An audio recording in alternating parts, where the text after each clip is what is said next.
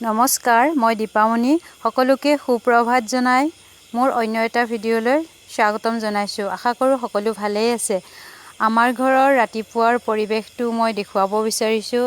এইফালে আমি কুৱাপাৰ যাওঁ আৰু ওচৰতে ডালিম গছ এজোপা আছে আৰু চোতালতে, আৰু ডালিম গছজোপাৰ ওচৰতে এজোপা ৰবাব টেঙাৰ গছ আছে, এজোপা ডালিম, আৰু ডালিম লাগিছে এতিয়া।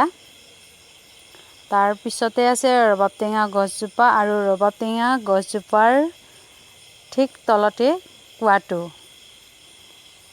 এইটো কুৱা। আৰু তাৰ পিছত সন্মুখৰ মন্দিৰটোৰ ওচৰতে চোতালৰ সন্মুখত মই লকডাউনৰ সময়ত মেষ্টা আৰু মৰাপাত লগাইছিলোঁ, এতিয়া খাই থাকিব পৰা হৈছে। আৰু এই গেটৰ সন্মুখত মধুৰিআম গছ এজোপা আছে। খোৱা মানুহ কোনো নাই, একদম সৰি পকি সদায় সৰি থাকে, সদায় সাৰিব লাগে, তেনেকুৱা অৱস্থা বৰ্তমান। মোৰ বাহিৰে কোনো খোৱা মানুহ নায়েই, মই অকলেই খাওঁ ঘৰৰ। বাকীবিলাকে কেতিয়াবা দুই এটা খায়। তাৰপিছত এয়া অলপ ৰ'দ পৰিব ধৰিছে, 6টা বজাৰ সময়।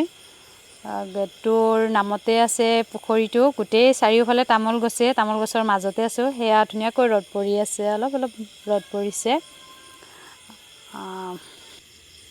এইটো মোৰ ৰেগুলাৰ কাম বুলিয়ে ক'ব পাৰি। ঘৰ সাৰিয়ে মই ভাবি থাকোঁ যে আজি কি বনাম, কি খাম, ক'ত যাম, কি কৰিম, কাৰ ঘৰত ফুৰিব যাম। গতিকে এই সময়খিনি ভাবিবৰ কাৰণে ধুনীয়া সময়, কোনো ডিষ্টাৰ্ব নিদিয়ে। নিজৰ ইচ্ছামতে মানে ভাবি থাকিব পাৰোঁ। আৰু অলপ পিছৰ পৰাই আৰু ইটো সিটো একেবাৰে খেলি মেলিৰ মাজত বনোৱা মেলা কৰি থাকিব লগা হয়। আকৌ ঘৰ দুৱাৰ সাৰি বচি লৈ চোতালত নামিব লগা হৈ যায়। আৰু চোতালখনটো সাৰোঁতে কেতিয়াবাতো মানে নক'বা আৰু ভোকেই লাগি যায়। ভাবোঁ এবাৰ ভাত খাই লৈ সাৰাটোৱে ভাল আছিলে নেকি বুলি ভাবোঁ। আৰু এতিয়া সাৰিব লাগিব, তাৰপিছত আৰু মানে গা পা ধুই কাপোৰ চাপোৰ ধুই আৰু বনাব লাগিব। তেতিয়ালৈ আৰু ভোকটো নাইকিয়া হৈ যায়। ক'ত যায় আৰু তেতিয়া গম নাপাওঁ আৰু কেনেকৈ নাইকিয়া হৈ যায়।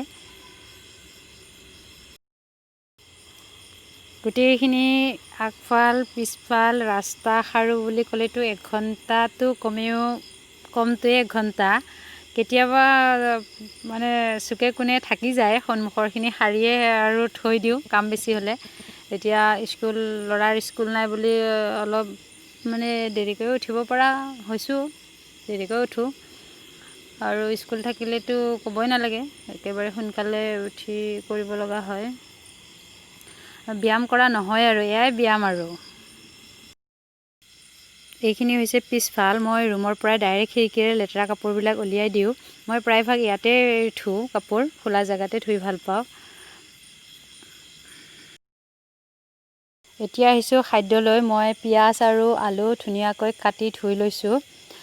চাওঁ আজি পৰঠা খাওঁ নে ৰুটি খাওঁ, কি হয় ময়ো নাজানো। মই মাত্ৰ মানে কেনেকৈ হয় অলপ বনাই চাম। মই ইউটিউবত চায়েই শিকিছিলোঁ, কেনেকুৱা লাগে খাই চোৱা নাই, আজি ফাৰ্ষ্ট টাইম খাম। গতিকে আপোনালোককো দেখালোঁ কেনেকৈ বনাই, নিজেও খোৱা হয়। গতিকে মই আলু আৰু পিঁয়াজকেইটা ধুনীয়াকৈ ৰুকনিৰ ঘন ছাইডটোৰে ৰুকি লৈছোঁ, লগতে নিমখ আছে। এটা বাতিত মই গোটেইখিনি ধুনীয়াকৈ মিক্স কৰি ল'ম। মিক্স কৰি লোৱাৰ পিছত মই এতিয়া ইয়াতে আটা গুড়ি মিক্স কৰি দিম।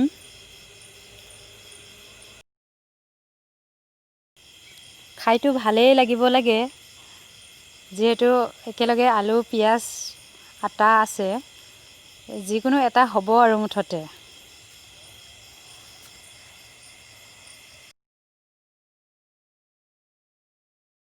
এয়া মই অলপকৈ পানী দি মানে ঘোলটো বনাই লৈছোঁ। মানে ইমান টানো হ'ব নালাগে বা ইমান ঢিলাও হ'ব নালাগে, ধুনীয়া মিডিয়ামত মানে ৰাখিছোঁ মই গোটেইখিনি। ধুনীয়াকৈ মিক্স কৰিব লাগিব যাতে শুকান গুড়ি হৈ নাথাকে। এয়া ধুনীয়াকৈ হৈ গৈছে, ইমান ঢিলাও নহয় ইমান টানো নহয়। চাওক বাৰু বনাওঁ।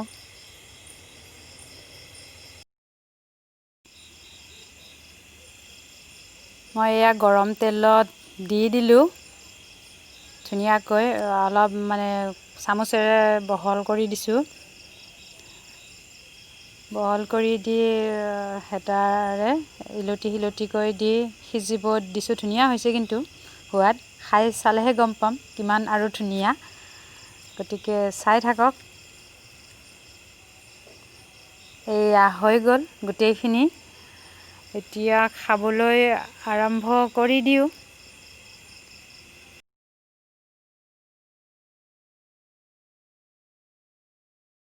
এয়া লৰাই খাবলৈ আৰম্ভ কৰি দিলেই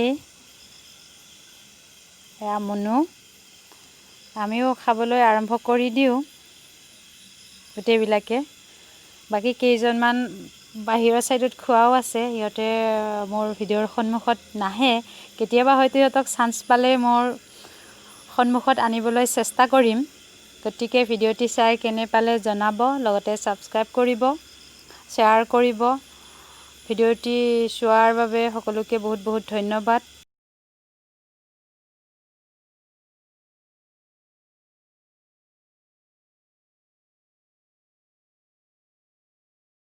খাই কিন্তু কেনেকুৱা লাগিছে মই ক'বই পাহৰিলোঁ খাই বিৰাটেই ভাল লাগিছে আৰু বাহঁতেও কৈছে কি আজি খাই পাইছোঁ ফাৰ্ষ্ট টাইম মানে বা গম পোৱা নাছিলে কি দি বনাইছোঁ কিন্তু মুনু দেখিছিলে মই আলু আৰু পিঁয়াজ দি বনোৱা গতিকে খাই ভাল লগা বুলিয়ে কৈছে গতিকে খাই চাবচোন সকলোৱে ঠিক আছে বাই বাই